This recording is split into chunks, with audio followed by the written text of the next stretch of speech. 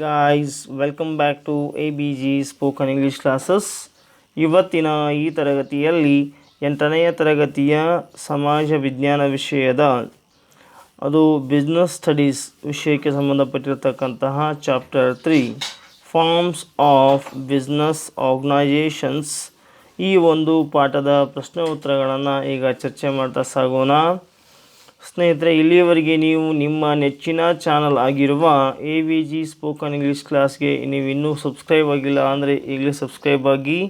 ಈ ವಿಡಿಯೋ ನಿಮಗೆ ಇಷ್ಟ ಆದರೆ ದಯವಿಟ್ಟು ಲೈಕ್ ಮಾಡಿ ಮತ್ತು ಶೇರ್ ಮಾಡಿ ಅಂತ ಹೇಳ್ತಾ ಬನ್ನಿ ಸ್ನೇಹಿತರೆ, ಈಗ ಪ್ರಶ್ನೆ ಉತ್ತರಗಳನ್ನ ಡಿಸ್ಕಷನ್ ಮಾಡ್ತಾ ಸಾಗೋಣ. Forms of business organisations. ಮೊದಲ ಪ್ರಶ್ನೆ ಈ ರೀತಿಯಾಗಿದೆ. Fill in the blanks. The concerned business that is owned and managed by a single person is called sole trading concerns. ಒಬ್ಬನೇ ವ್ಯಕ್ತಿಯಿಂದ ನಡೆಸಲ್ಪಡುವ ವ್ಯಾಪಾರಿ ಸಂಸ್ಥೆಯನ್ನು ನಾವು ಏಕ ಮಾಲೀಕತ್ವದ ಸಂಸ್ಥೆಗಳು ಎಂದು ಕರೆಯಬಹುದು ಅಥವಾ ಎಂದು ಕರೆಯುತ್ತಾರೆ. ಇನ್ನು ಎರಡನೆಯ ಪ್ರಶ್ನೆ ನೋಡೋಣ. The Indian Partnership Act was passed in the year 1932 to regulate the affairs of the partnership firms. ಪಾಲುಗಾರಿಕೆ ಸಂಸ್ಥೆಗಳನ್ನು ನಡೆಸಿಕೊಂಡು ಹೋಗಲು 1932ರ ಒಂದು ಸಾಲಿನಲ್ಲಿ ಅಥವಾ ವರ್ಷದಲ್ಲಿ ಒಂದು ಕಾನೂನನ್ನು ಜಾರಿಗೆ ತರಲಾಗಿದೆ ಅಂಥೇಳಿ. ಇನ್ನು ನೆಕ್ಸ್ಟ್ ಬರ್ತಕ್ಕಂಥದ್ದು question number 3. The maximum number of partners in a firm which carries out banking business is 10. ಹಣಕಾಸಿನ ವ್ಯವಹಾರ ಮಾಡುವಾಗ ಪಾಲುಗಾರಿಕಾ ಸಂಸ್ಥೆಯಲ್ಲಿ ಗರಿಷ್ಠ 10 ಪಾಲುಗಾರರಿಗೆ ಸೀಮಿತವಾಗಿರುತ್ತದೆ ಅಂತಕ್ಕಂಥದ್ದು. ಇನ್ನು ನೆಕ್ಸ್ಟ್ ಬರ್ತಕ್ಕಂಥದ್ದು 4ನೆಯ ಪ್ರಶ್ನೆ. The head of the Hindu undivided family business is known as ಕರ್ತಾ. ಇಲ್ಲಿ ಹಿಂದೂ ಅವಿಭಕ್ತ ಕುಟುಂಬ ವ್ಯವಹಾರ ಸಂಸ್ಥೆಗಳ ಮೇಲ್ವಿಚಾರಣೆ ನೋಡಿಕೊಳ್ಳುವವನನ್ನು ಕರ್ತ ಎಂದು ಕರೆಯುತ್ತಾರೆ. Next 5th one. The only business concerned under a private business organizations found in India is Hindu undivided family concerns. ಇಲ್ಲಿ ಭಾರತದಲ್ಲಿ ಮಾತ್ರ ಅಸ್ತಿತ್ವದಲ್ಲಿರುವ ಸಣ್ಣ ಪ್ರಮಾಣದ ವ್ಯವಹಾರ ಸಂಸ್ಥೆ ಎಂದರೆ ಒಂದು ಅವಿಭಕ್ತ ಕುಟುಂಬ ವ್ಯವಹಾರ ಸಂಸ್ಥೆಗಳು ಅಂಥೇಳಿ ಬರುತ್ತೆ. ನೆಕ್ಸ್ಟ್ ಬರ್ತಕ್ಕಂಥದ್ದು ಪ್ರಶ್ನೆ ನಂಬರ್ 2 ನೋಡ್ತಾ ಇದ್ದೇವೆ. Answer the following questions. Which are the small scale business organisations. ಪ್ರಶ್ನೆ ಈ ರೀತಿಯಾಗಿ ಕೇಳಲಾಗಿದೆ. ಸಣ್ಣ ಪ್ರಮಾಣದ ವ್ಯಾಪಾರಿ ಸಂಸ್ಥೆಗಳಲ್ಲಿ ಮುಖ್ಯವಾದವುಗಳು ಯಾವುವು ಅಂತೇಳಿ ಕೇಳಲಾಗಿದೆ. The small scale business organisations are sole trading concern, partnership firm and Hindu undivided family firms. ಸಣ್ಣ ಪ್ರಮಾಣದ ಸಂಸ್ಥೆಗಳಲ್ಲಿ ಮುಖ್ಯವಾದವುಗಳು ಏಕ ವ್ಯಕ್ತಿ ಮಾಲೀಕತ್ವದ ಸಂಸ್ಥೆಗಳು ಅಂತೇಳಿ ಹೇಳಲಾಗುತ್ತೆ. Question number 2. How do sole trading concern help consumers. ಸಣ್ಣ ಪ್ರಮಾಣದ ವ್ಯವಹಾರ ಸಂಸ್ಥೆಗಳು ಗ್ರಾಹಕರಿಗೆ ಹೇಗೆ ಸಹಾಯ ಮಾಡುತ್ತವೆ ಅನ್ನುವಂಥ ಪ್ರಶ್ನೆನ ಕೇಳಲಾಗಿದೆ. ಇದಕ್ಕೆ ಉತ್ತರ ಈ ರೀತಿಯಾಗಿದೆ ಸ್ನೇಹಿತರೆ. The sole trading concerns which are run by a single person have more concern on consumers. They directly come in to contact with the consumers. They understand the likes and dislikes of consumers. ಸಣ್ಣ ಪ್ರಮಾಣದ ವ್ಯವಹಾರ ಸಂಸ್ಥೆಯ ಮಾಲೀಕರು ಗ್ರಾಹಕರ ಜೊತೆಯಲ್ಲಿ ನೇರ ಸಂಪರ್ಕಕ್ಕೆ ಇಟ್ಟುಕೊಂಡಿರುತ್ತಾರೆ. ಅನೇಕ ಸಾಮಾಜಿಕ ಸೇವೆಗಳನ್ನು ಮಾಡುತ್ತಾರೆ. ಅವರು ಕೆಲವರಿಗೆ ಉದ್ಯೋಗಾವಕಾಶ ಕಲ್ಪಿಸುತ್ತಾರೆ. ಸಂಪತ್ತು ಮತ್ತು ಆರ್ಥಿಕ ಅಧಿಕಾರ ಶಕ್ತಿಗಳನ್ನು ಹಂಚಲು ಸಹಾಯ ಮಾಡುತ್ತಾರೆ. Next question is third one.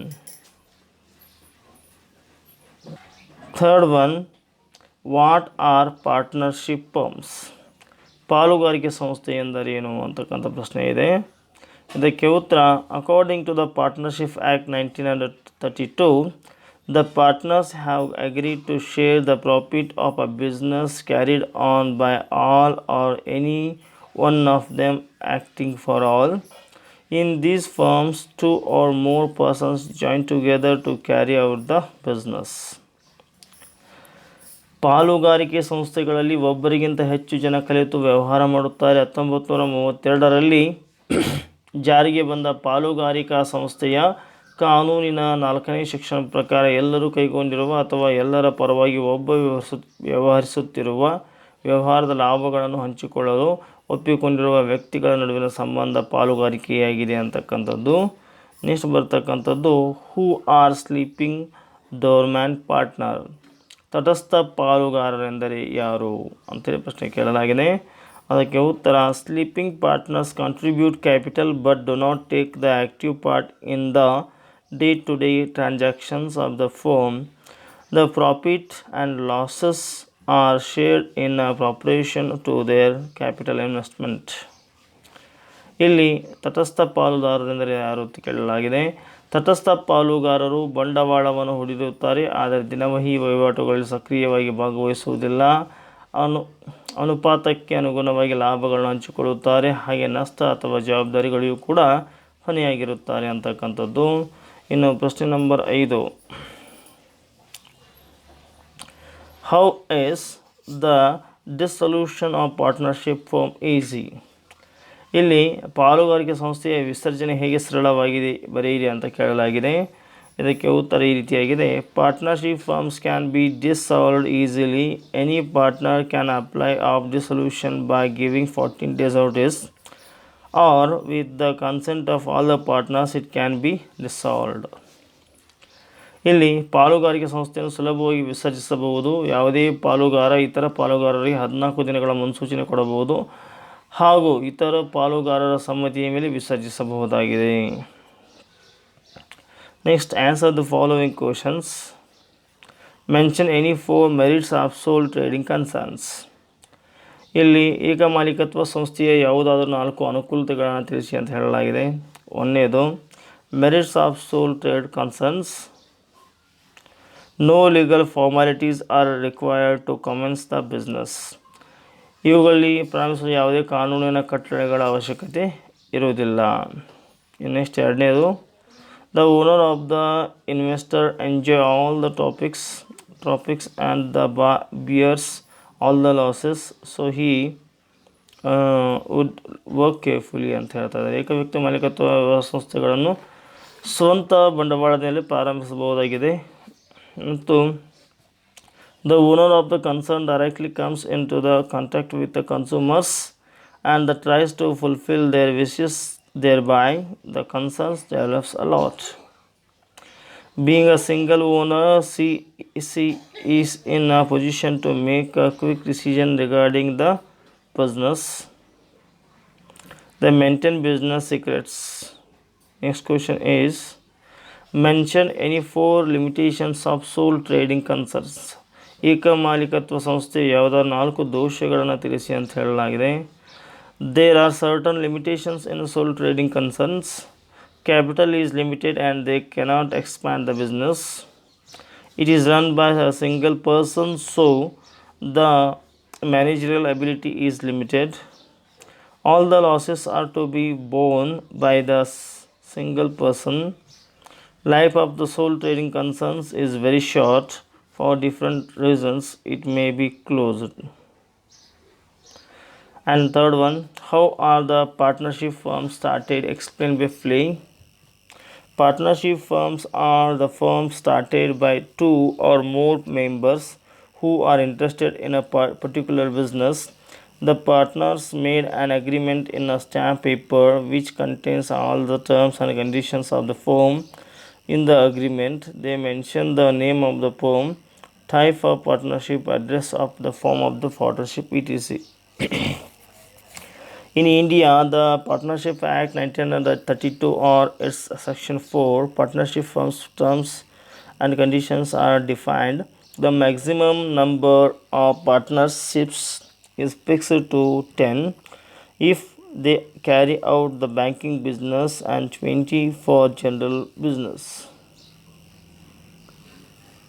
Who are the different types of partners?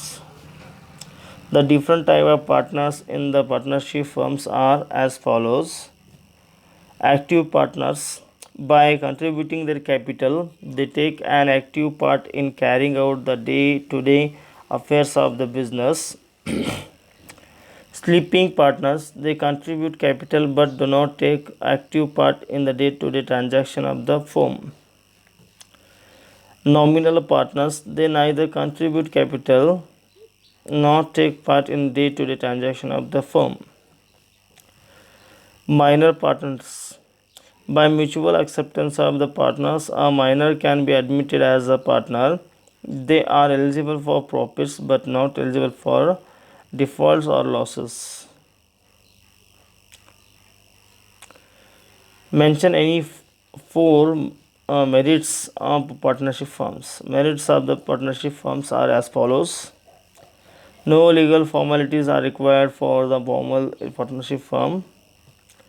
It is formed by more than 2 persons to capital investment is more. Division of labor can easily be adopted. There is a scope of maintaining secrets of business. Mention any four demerits of partnership firms. Since the number of partnership is limited, the capital contribution is also limited. Liability is limited, so it discourages many people to join as a partners. Reckless and foolishness of some partners may lead to heavy setbacks. It is difficult to transfer the share of the partnerships to the others. Dear students, ಇಲ್ಲಿವರೆಗೆ ನೀವು ನನ್ನ ಚಾನಲ್ಗೆ subscribe ಆಗಿಲ್ಲ ಅಂದರೆ ಇಲ್ಲಿ subscribe ಆಗಿ.